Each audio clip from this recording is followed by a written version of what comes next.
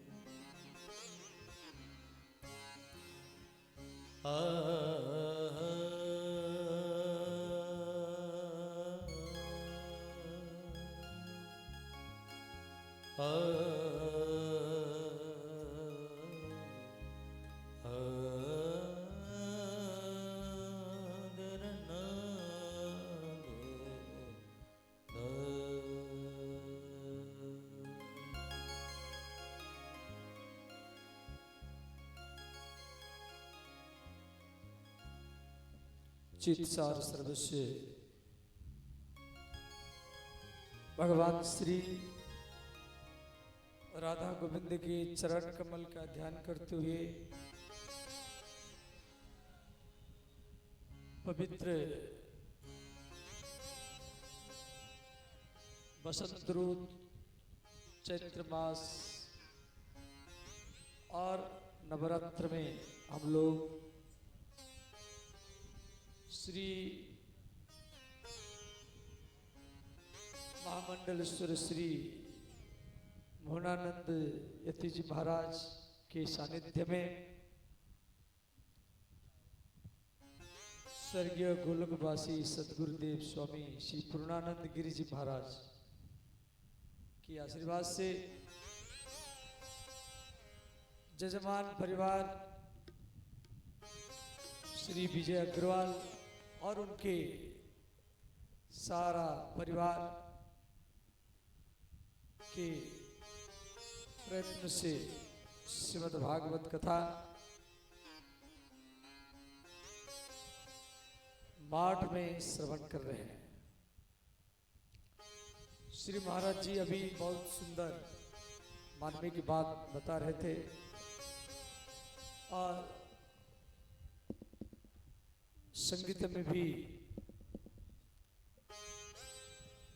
महाराज जी माता जी के भजन शास्त्रीय संगीत के माध्यम में सुना रहे थे। तो नवरात्र 4 है जो आश्विन मास की नवरात्र, चैत्र मास की नवरात्र, ये तो सबको मालूम है। और आषाढ़ मास की नवरात्र और बसंत माघ मास की नवरात्र ये गुप्त नवरात्र है। और 5वां नवरात्र गो नवरात्र जो कार्तिक मास में प्रतिपदा से लेकर की औला नवमी तक ये चलता है। हमारी शास्त्र में ये 5 नवरात्रों का वर्णन है, परंतु ये 5 नवरात्रों से विशेषतः शारदीय नवरात्र जो शरद आश्विन मास में पड़ता है, जो हर गांव में रामलीला चलता है, दिल्ली में बड़े बड़े रावण आदि जलाते हैं। और ये जो नवरात्र अभी चल रहा है इसका प्रभाव ज़्यादा दक्षिण भारत में है। इस समय प्राय उड़ीसा, तमिलनाडु, कर्नाटक आदि आदि गांव में, हर गांव में रामलीला चलता है। जो शारदीय नवरात्र में उत्तर प्रदेश, पंजाब, हरियाणा, दिल्ली इन प्रांतों में रामलीला खेलते हैं, परंतु उधर इसी समय में रामलीला चलता है। तो ध्यान देना,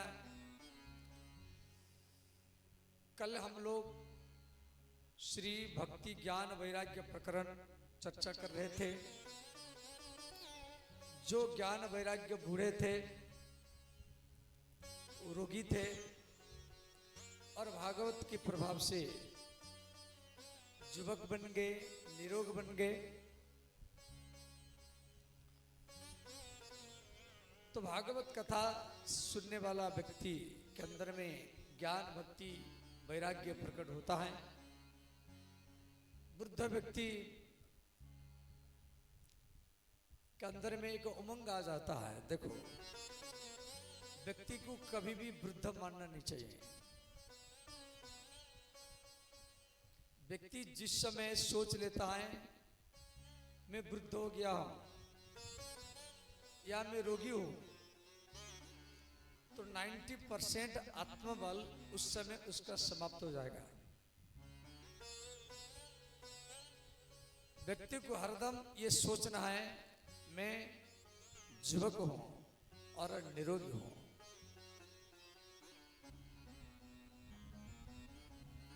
व्यक्ति जब समय का सदुपयोग करता है, जो समय का सदुपयोग करेगा वही अपना शरीर को, अपने परिवार को परिवर्तन कर सकता है। जो समय का सदुपयोग करता है वो मोहल्ला को, गांव को भी परिवर्तन कर सकता है। जो समय का सदुपयोग करता है वो जिला को, प्रांत को परिवर्तन कर सकता है। और जो समय का सदुपयोग करता है वो संपूर्ण देश को परिवर्तन करके देश में नया इतिहास भी बना सकता है। इसका प्रमाण आपके प्रधानमंत्री साहब है। कभी आलस करना नहीं चाहिए। ये आलस जीवन का सबसे बड़ा शत्रु है।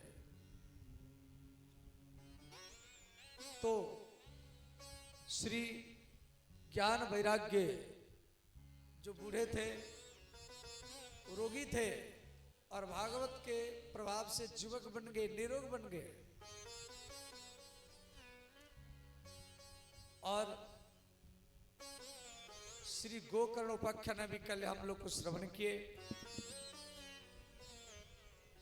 जो धुंधुकारी महान पापी था, वेश्यागामी था, अत्याचारी, व्यभिचारी, दुराचारी था और भागवत के प्रभाव से वो वैकुंठ लोक को प्राप्त हुआ।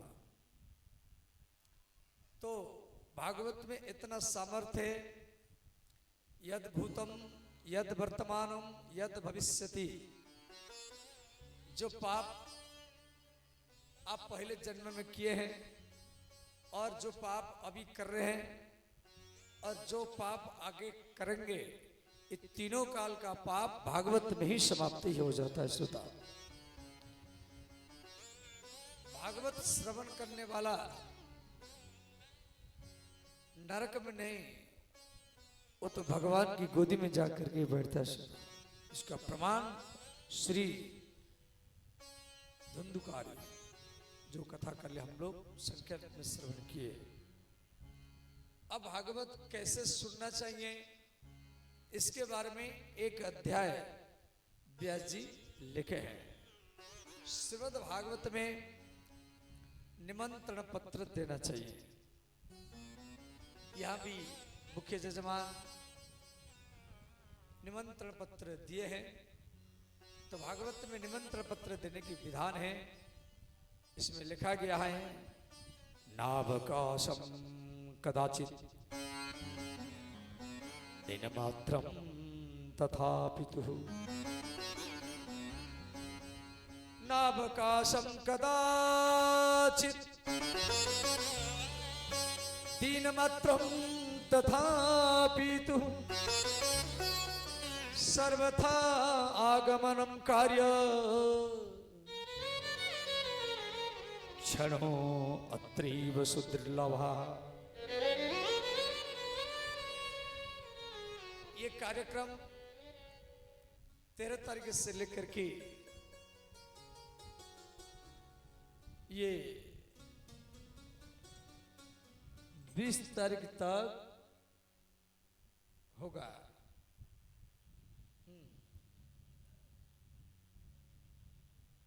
तो 19 तारीख तक 20 को भंडारा, हाँ 19 तारीख तक और 20 को भंडारा, टोटल 20 तारीख हो गया। तो निमंत्रण पत्र में लिखा गया है श्रीमद नावकाशम कदाचित, यदि पूरा 7 दिन कथा सुनने का समय नहीं है, मान लो समय नहीं है 7 दिन का समय कि गेहूं आदि आदि मंडी को लो, ऐसे वो काम करो, दुकान खोलो, किसानों की बहुत काम है। नावकाशम कदाचित दिन मात्रम तथा पितु, यदि पूरा 7 दिन कथा सुनने का समय नहीं है तो कम से कम 1 दिन आकर की कथा सुने। दिन मात्रम तथा पितु, व्यास जी बात को लिखे हैं भागवत में। और फिर भी कोई बोलेगा जो हमारे पास में 1 दिन भी समय नहीं है, 1 दिन भी कथा सुनने का समय नहीं है, तो व्यास जी ये भी लिखे क्षण अत्रैव सुदुर्लभा। आप खाते पीते टहलते हुए, कभी माठ से हो, छानी से हो, राया से हो, भद्रवन से हो, गढ़ीवाल कृष्ण से हो, और आप टहलते हुए घूमते फिरते ये सीता कांत सदन में एक क्षण आ करके आप बैठ जाएं और वही क्षण आपको राधा कृष्ण के गोदी में ही लेके पहुंचा देगा। सुधा क्षण अत्रैव सुदुर्लभा, ये बात मैं नहीं बोल रहा हूं, ये बात को भागवत में व्यास जी लिखे हैं महात्मा प्रकरण में। तो क्षण अत्रैव, एक क्षण पर्याप्त है। क्षण समझ जाते, क्षण किसको बोलते? आकाश में बिजली जितना समय दिखाई देती है, आकाश में बादल पूर्ण आकाश में बिजली जितना समय दिखाई देती है, उसको एक क्षण कहा गया, इसलिए बिजली का नाम है क्षण प्रभा। इतने समय भी पर्याप्त है।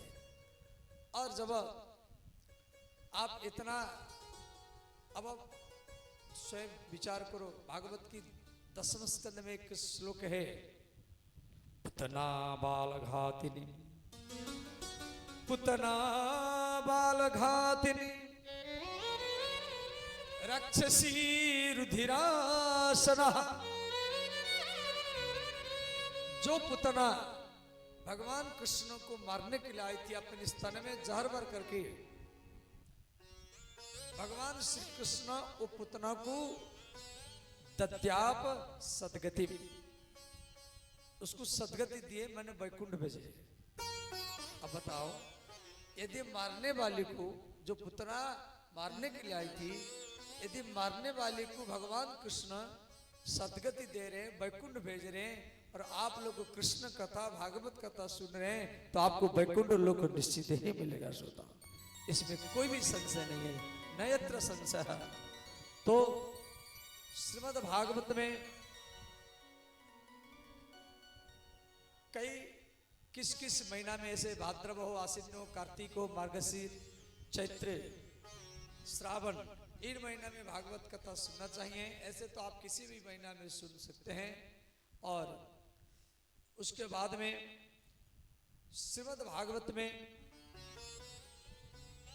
जैसे कोई सोचेगा जब मैं भोजन नहीं करूंगा, निराहार में रह कर की कथा सुनूंगा, वो भी ठीक है। या कोई सोचेगा मैं फलाहार करके कथा सुनूंगा, वो भी ठीक है। या कोई सोचेगा नहीं मैं दिन भरी भूखा रहूंगा और कथा सुनने के बाद में जाके भोजन करूंगा, वो भी ठीक है।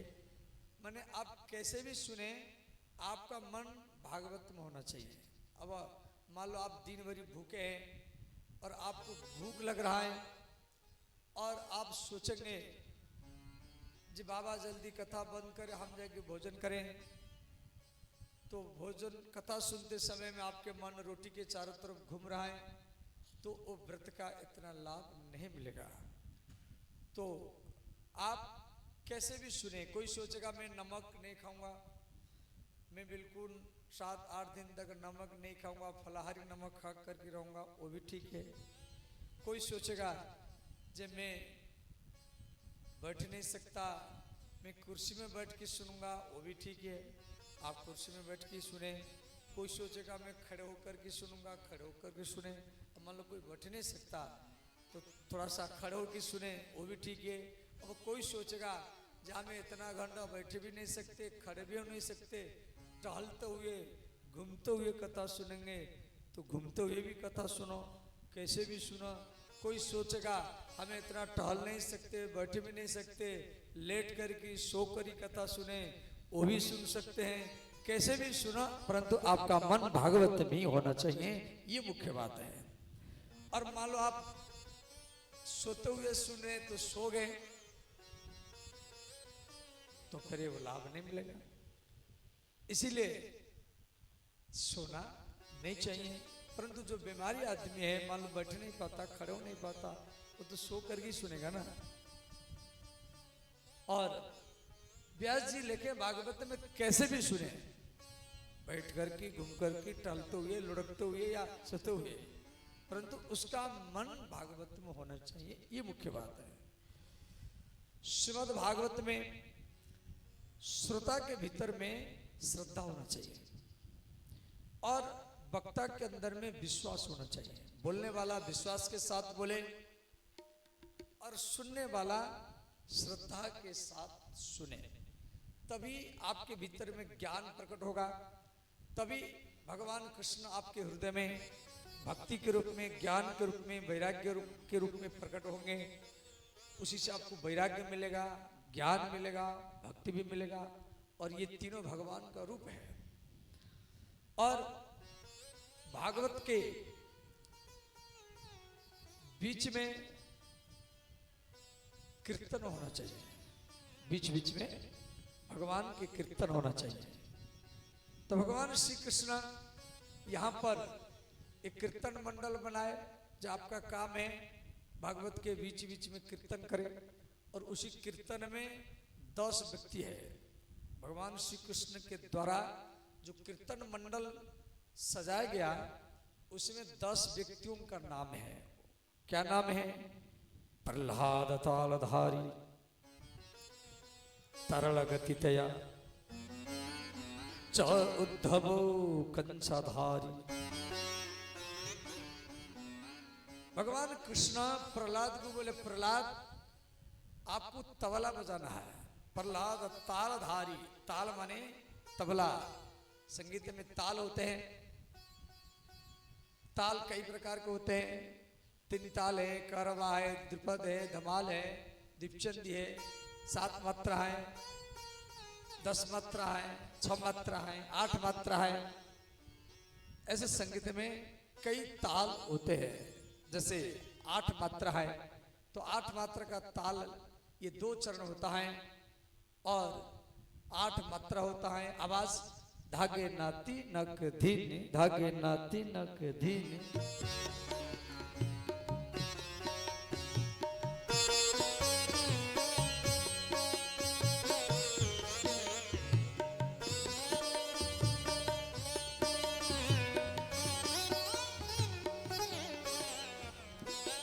ये है कहरवा,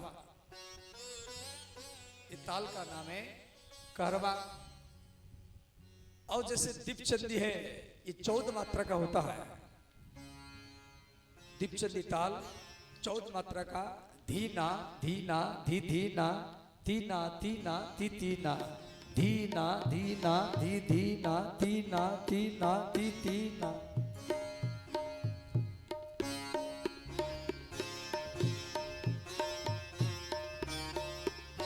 अब ये हो गया दीपचंदी। अब दादरा, दादरा है ये 6 मात्रा का 2 चरण, धा धी ना धा धी ना धा धी ना धा धी।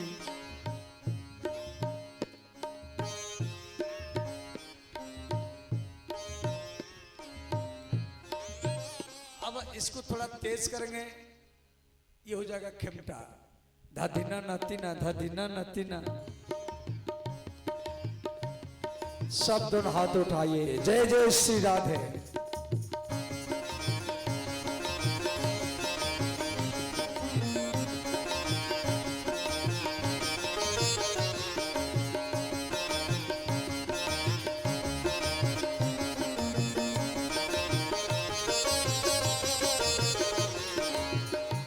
तो ये श्री प्रहलाद जी,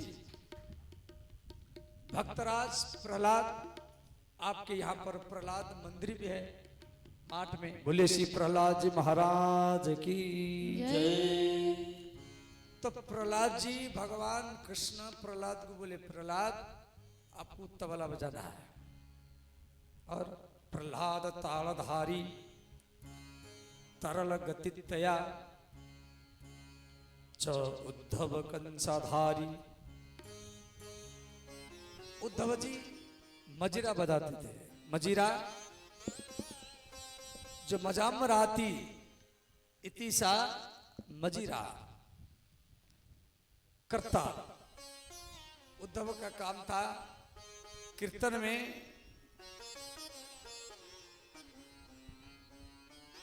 मजीरा बजाना और बीणाधारी सुरर्षि स्वर कुशलतया राग करता अर्जुन भूत।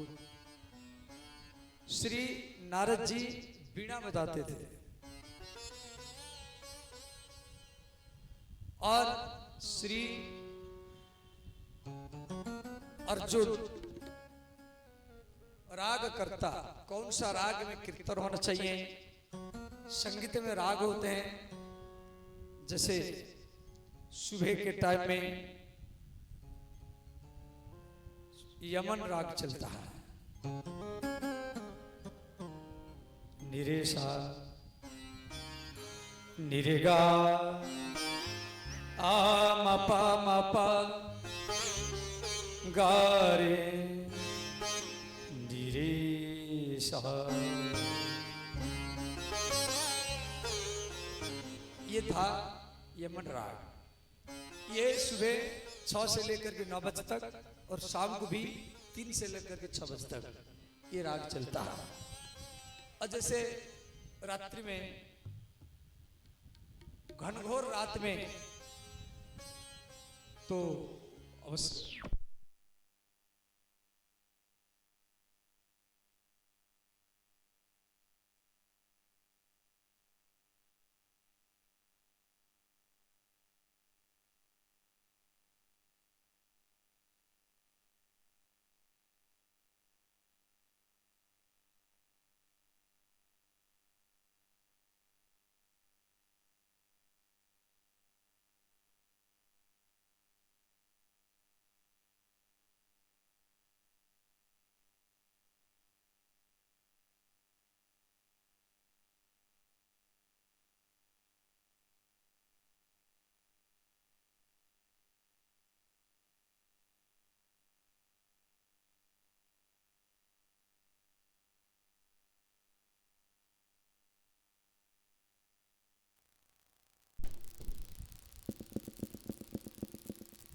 तो ध्यान देना।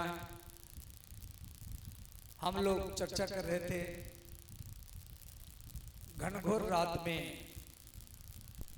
शिवरंजन राग। शिवरंजन राग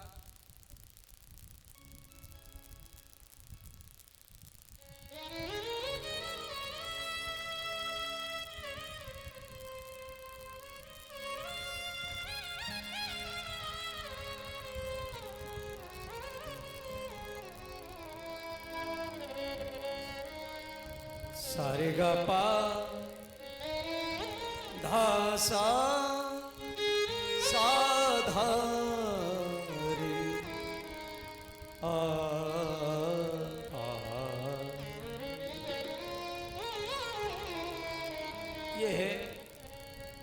शिवरंजन राग। ऐसे राग बहुत प्रकार के, वृंदावन सारंगी राग, भैरव राग, भोपाली राग, मालकुश राग। तो कौन सा मेघमल्लार राग, तो श्री अर्जुन ये बताते थे कि कौन सा राग में कीर्तन होना चाहिए। इंद्रवादी मृदंगम, देवराज इंद्र मृदंग बजाते थे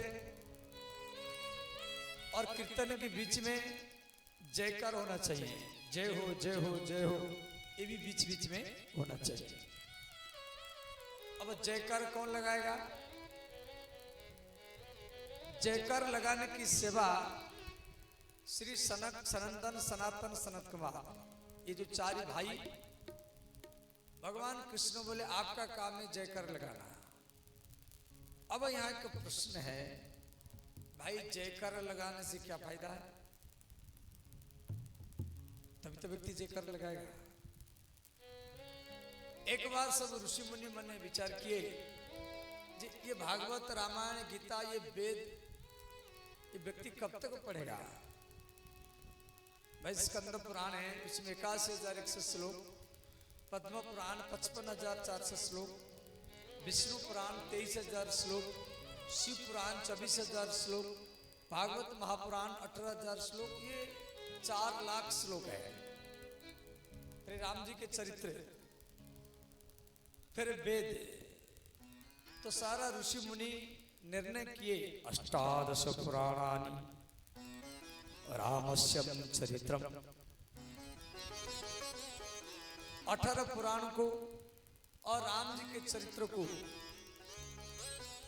पढ़ने में जितना लाभ मिलेगा, 18 पुराण को, राम के चरित्र को पढ़ने में जितना लाभ मिलेगा, एक बार जयकार बोलने से ही इतना लाभ आपको मिल जाएगा। इसलिए कहां भी जयकार हो वहां कभी हिचकिचाना नहीं चाहिए, मुक्त कंठ में जयकार लगाना चाहिए। बोलिए श्री वृंदावन बिहारी लाल की जय। श्रीमद् भागवत महापुराण की जय। जयकार लगाने का इतना लाभ मिलता है। अब श्री कृष्ण सुखदेव जी को बोले, सुखदेव आपको कीर्तन के बीच में नाचना है। यत्राग्री भाव भक्ता सरस रस नचया व्यास पुत्रो बभुवः। श्री सुखदेव जी को नाचने की सेवा दिया गया। ध्यान देना, नाचना भी 2 प्रकार के है। नाचने वाला, ध्यान देना, नाचने वाला पैर से नाचेगा, हाथ से नाचेगा, कमर से नाचेगा, परंतु देखने वाला का मन नाचेगा, देखने वाला का बुद्धि नाचेगा, देखने वाला का चित्त वृत्ति नाचेगा। तो नाचने वाला यदि विषय की याद में नाचेगा, नाचने वाला यदि विषय की याद में, संसार की याद में नाचेगा, तो देखने वाला का मन भी विषय में, संसार में लग जाएगा। और नाचने वाला यदि भगवान की याद में नाचेगा, भाव से नाचेगा, तो देखने वाला का मन भी भगवान में ही लग जाएगा। सुधा और देखने वाला सुनने, देखो जिस चीज को आप देखेंगे वो चीज आपको बार बार याद आएगा। आप मथुरा वृंदावन से, दिल्ली से कोई कलाकार को बुला करके मंच में 4 घंटा नचा, रात को फिर नचाया, वो तो चला जाएगा सुबह। जो आप उसको रुपया से या कैसे भी बुलाया है, वो तो सुबह हुआ, प्रातःकाल हुआ, चला जाएगा। परंतु आप रात भर इसको देखा है, आप दिन भरी आप उसका याद करेंगे, सोते समय में याद करेंगे, कई दिन तक वो आपके मन में बैठ जाएगा।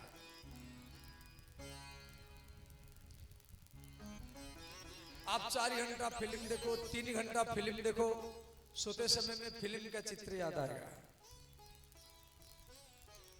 और आप 3-4 घंटा भागवत कथा सुनो तो सोते समय में सपने में दिन भरी आपको भागवत का ही याद आएगा। सुता व्यक्ति जिस चीज को सुनता है, जिस चीज को देखता है, वही उसकी दिमाग में सेट हो जाता है। अब 20 तारीख के बाद, 19 तारीख के बाद ये माइक सेट चला जाएगा, हम भी चले जाएंगे, तो भी आपका मन भागवत में रहेगा। क्यों? आप ये सीताकांत सदन में डेली 4 घंटा भागवत का कथा सुना है, महीना भरी याद रहेगा, महीना भरी। और कई महीना नहीं, साल भरी भी याद रहेगा। जब इसी उम्र में वहां कथा सुना था और मरते समय में भागवत का याद आएगा तो भागवत धाम को ही प्राप्त होंगे। सुता व्यक्ति जिस चीज को सुनता है, जिस चीज को देखता है, वही चीज उसको मरते समय में याद आता है। साधारणतः मरते समय में व्यक्ति के अंदर में एक कष्ट होता है, क्या जानते? जब मैं चले जाने के बाद में मेरे बच्चों का, मेरे नाती पोता का क्या होगा, ये मरते समय में ये याद सबको आता है। कोई व्यक्ति मरने वाला है, बेटी आती है, प्रणाम करती है, वो पहचान नहीं पाता। समाज सोचता है कि इसके आंख को दिखाई दे नहीं रहा है।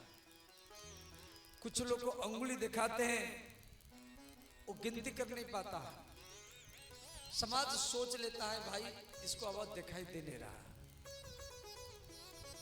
और धीरे धीरे पहले तो आंख को दिखाई देना बंद हो जाएगा, उसके बाद में उसका आवाज धीरे धीरे बंद हो जाएगा, अब बोल नहीं पाएगा, सिर्फ सांस चलेगा। कंठात अवरुधन विधो स्मरणम कुतस्ति। उस समय कंठ खून में, कफ में रुक जाएगा, बंद हो जाएगा। तो उस समय व्यक्ति जो कर्म किया है जीते जीते, जो कर्म छुप कर किया है, जो कर्म सावधान होकर किया है, और वही कर्म मरते समय उसको याद आएगा। यदि हम भक्ति करेंगे, यदि हम छुप कर की ज्ञान भक्ति इकट्ठा करेंगे, संग्रह करेंगे, तो मरते समय वो ज्ञान का बात आपको याद आएगा। भागवत श्रवण करेंगे तो मरते समय में भागवत का याद आएगा। वरना संसार का याद प्राय 90% लोग को संसार का याद आता है। कोई मर जाता है, किसका आंख खुल जाता है तो आंख के द्वारा उसका प्राण चला गया। कोई मरने के बाद मुख खुल गया तो मुख के द्वारा उसका प्राण चला गया। कोई मरते समय में मलमूत्र कर लेता है तो मलमूत्र के दरवाजा में उसका प्राण निकल गया। और इसीलिए हम लोग ऐसा कर्म करें, हम भक्ति संग्रह करें। भागवत कथा ये मनोरंजन कार्यक्रम नहीं है। भागवत कथा मनोरंजन कार्यक्रम नहीं है, ये आत्मरंजन कार्यक्रम है। ये जैसे यज्ञ में हम सब आहुति देते हैं, ओम प्राणाय स्वाहा, ओम इंद्राय स्वाहा, इदम इंद्राय नमः, ओम वरुणाय स्वाहा, इदम वरुणाय नमः। तो यज्ञ कुंड में हम स्वाहा स्वाहा कर करके आहुति देते हैं। उसमें साकल्य की आहुति, समिधाओं की आहुति, शुद्ध घी का आहुति होती है। जो गैया के घी में आहुति देने से परिवार में, मोहल्ला में, गांव में, राष्ट्र में शांति पैदा होगा। भैंस की घी में तो कभी आहुति देना नहीं चाहिए। भैंस की बेटा भैंसा है जो महिषासुर, शनिदेव, यमराज का वाहन है। गैया का बेटा बैल जो शिव जी के महादेव का वाहन है। तो यज्ञ में घी का शुद्धि होना चाहिए। तो भागवत जो है ये ज्ञान यज्ञ है। इसमें किस चीज का आहुति देंगे? इसमें अपनी कमियों की आहुति, अपनी गलतियों की आहुति। हमारे अंदर में जो अज्ञान है, कमी है, गलती है, जो चौपाई, जो श्लोक आपको अच्छा लगता है, उसी चौपाई में, उसी श्लोक में आप अपनी कमी को स्वाहा कर देंगे। ये भागवत का विधि है। इसलिए हमें अच्छा कर्म करें तो हमको मरते समय में वो अच्छा कर्म का ही याद आएगा।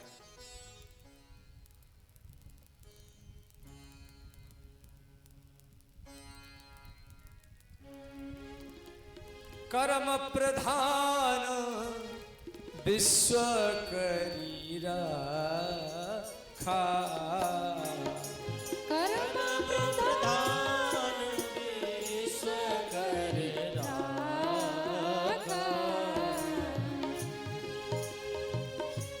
कर्म प्रधान विश्व करी रखा।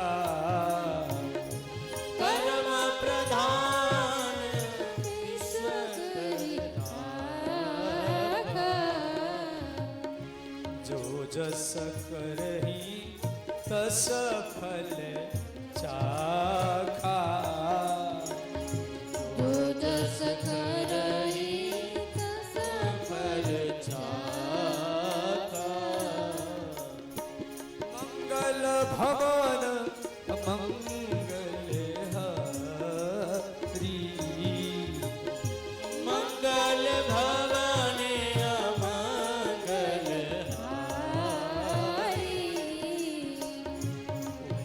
सहित जही जपत पुरारी। उमा सहित जही जपत पुरारी।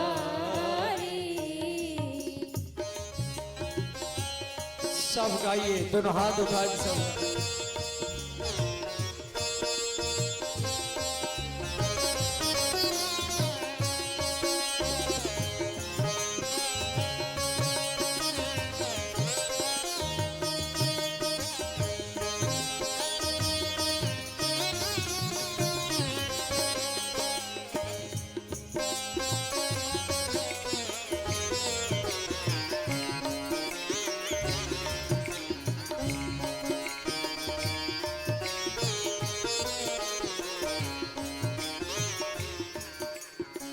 राधे राधे गोविंद गोविंद राधे। राधे राधे गोविंद गोविंद राधे। राधे राधे गोविंद गोविंद राधे। राधे राधे गोविंद गोविंद राधे। राधे गोविंद गोविंद राधे। राधे राधे गोविंद गोविंद राधे। श्री राम जय राम जय जय राम। श्री राम जय राम जय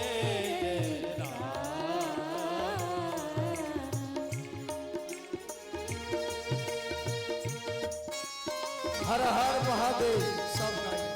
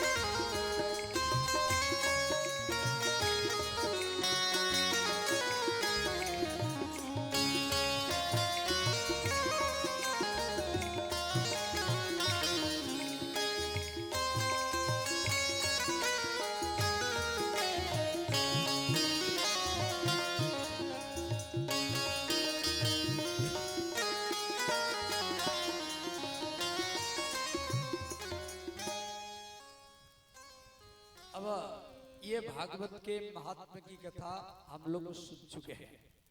ये 6 अध्याय की कथा जिसमें भागवत कैसे सुनना चाहिए और ये जो धुंधुकारी प्रकरण, भक्ति ज्ञान प्रकरण दिया गया, महात्म्य माने जानकार व्यक्ति के बारे में जब तक जानकार नहीं होगा तब तक श्रद्धा पैदा नहीं होगा। अब भागवत में हम प्रवेश कर रहे हैं।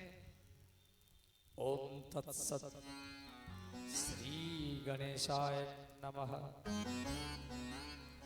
प्रथम स्कंदः प्रथम अध्यायः। जन्मादस्य यतः अन्ये आदितरतः चार्थेषाभिज्ञं स्वराट् तेन ब्रह्म हृदयादिकवये मुह्यन्ति यत्सूरयः तेजवारिमृदां यथा विनिमयो यत्र त्रिसर्गो मृषा धाम्ना स्वेन सदा निरस्तकुहकं सत्यं परं धीमहि। देखो, श्रीमद् भागवत का प्रथम श्लोक ये शार्दूल विकृति छंद में दिया गया है और ज अक्षर में जन्मादस्य यतः,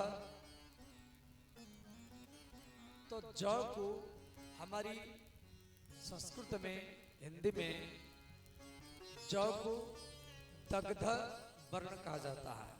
दग्ध माने टेंशन। दग्ध शब्द का अर्थ है टेंशन, बेचैन, अशांति। और भागवत जैसा महान ग्रंथ को भगवान वेद व्यास दग्ध वर्ण में क्यों शुरू किए? देखो, हमारी जो भी वर्णमाला है, ये जितना वर्ण है अ से लेकर के क्ष तक, ये सब एक एक देवता है। ये वैकुंठ में श्री भगवान के चारों तरफ ये विग्रह के रूप में भगवान का स्तुति करते हैं।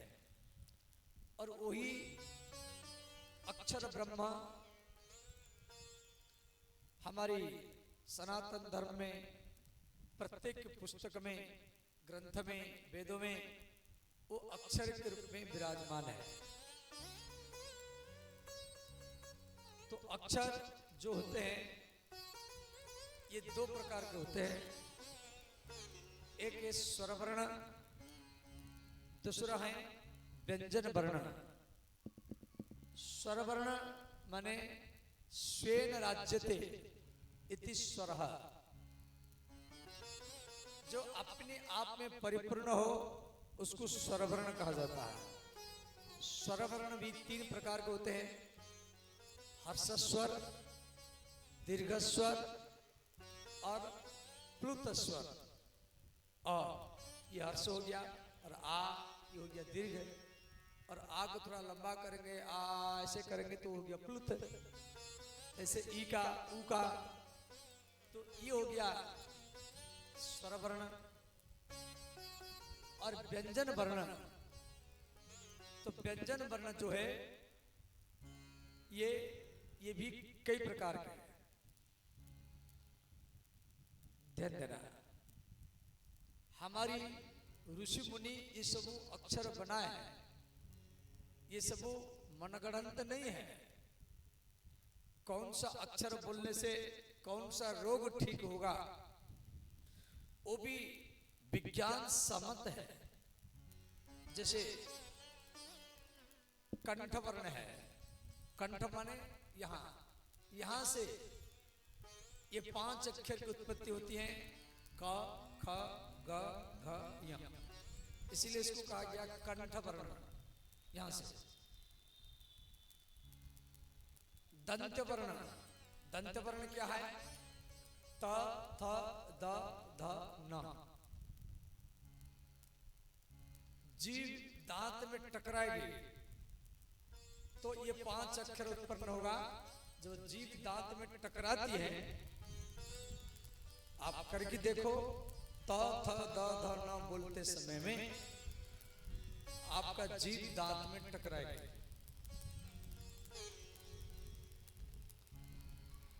ओष्ठ वर्ण प फ ब भ म, ये 5 अक्षर बोलते समय दोनों होठ लगेगा, प फ ब भ म। और किसी अक्षर में ये होठ नहीं लगेगा, सिर्फ यही 5 अक्षर में लगेगा, प फ ब भ म। कोई छोटा बच्चा है तो पहले पापा मामा क्यों बोलता है? बच्चा का दांत नहीं है फिर भी पापा मामा बोलेगा, क्यों? पापा मामा बोलने में दांत का जरूरत नहीं है। आप आज परीक्षा करके देख लेना, घर में छोटा बच्चा हो, जब तक दांत नहीं निकलेगा तब तक बच्चा दादा या दादी बोल नहीं पाएगा। तो दांत बोलने उगेगा, दांत निकलेगा और जीभ दांत में टकराएगा, तब वो दादा दादी इसे बोलने लगेगा। अनुनासिका वर्ण क्या है? न या ण न म, ये नाक से पैदा होता है। अनुनासिका नाक से। और संस्कृत में अनुनासिका वर्ण का ज्यादा प्रयोग होता है। ये ऋषि मुनि के द्वारा ये सब अक्षर बनाया हुआ है, इसे हम लोग के द्वारा नहीं है। जैसे महामृत्युंजय मंत्र, ओम त्र्यंबकम यजामहे सुगंधि पुष्टिवर्धनम उर्वारुकम बंधनात् मृत्युर्मुच्यते मामृता, ये महामृत्युंजय मंत्र है। इस मंत्र को बोलने से रोग चला जाता है। ये ऐसे कोई मनगढ़ंत नहीं है, श्री महादेव की कृपा से ये मंत्र बना हुआ, शिव जी की कृपा से। महामृत्युंजय भगवान महादेव का नाम है, उन्हीं की कृपा से इन अक्षरों को जोड़ने से व्यक्ति का रोग चला जाएगा। गायत्री मंत्र, ओम भूर्भुवस्सुः तत्सवितुर्वरेण्यं भर्गो देवस्य धीमहि धियो यो नः प्रचोदयात्। तो धियो प्रचोदयात्, धी माने बुद्धि को शुद्ध करने के लिए इस मंत्र का प्रयोग होता है। तो इन अक्षरों को जोड़ने से बुद्धि शुद्ध होता है। तो श्रीमद् भागवत को ज अक्षर में, तो ज जो है ये दग्ध वर्ण है। तो व्यास जी 17 पुराण लिख चुके थे, फिर भी इनके मन में टेंशन था, इनके मन में बेचैनी था, अशांति था। मूल में भागवत 4 श्लोक है। श्री नारायण भगवान ब्रह्मा को दिए थे, ब्रह्मा जी नारद को दिए, नारद जी वो 4 श्लोक व्यास को दिए। तब व्यास जी जब बद्रीनाथ से 3 किलोमीटर आगे व्यास गुफा है, जो गए होंगे देखे होंगे, माना गांव पड़ता है, तो वहीं पर वो भागवत लिखे। तो जैसे लिखे तो शुरू हुआ, जन्मादस्य यतः अन्य आदि इतरतः चार्थेशाभिज्ञं सुराटः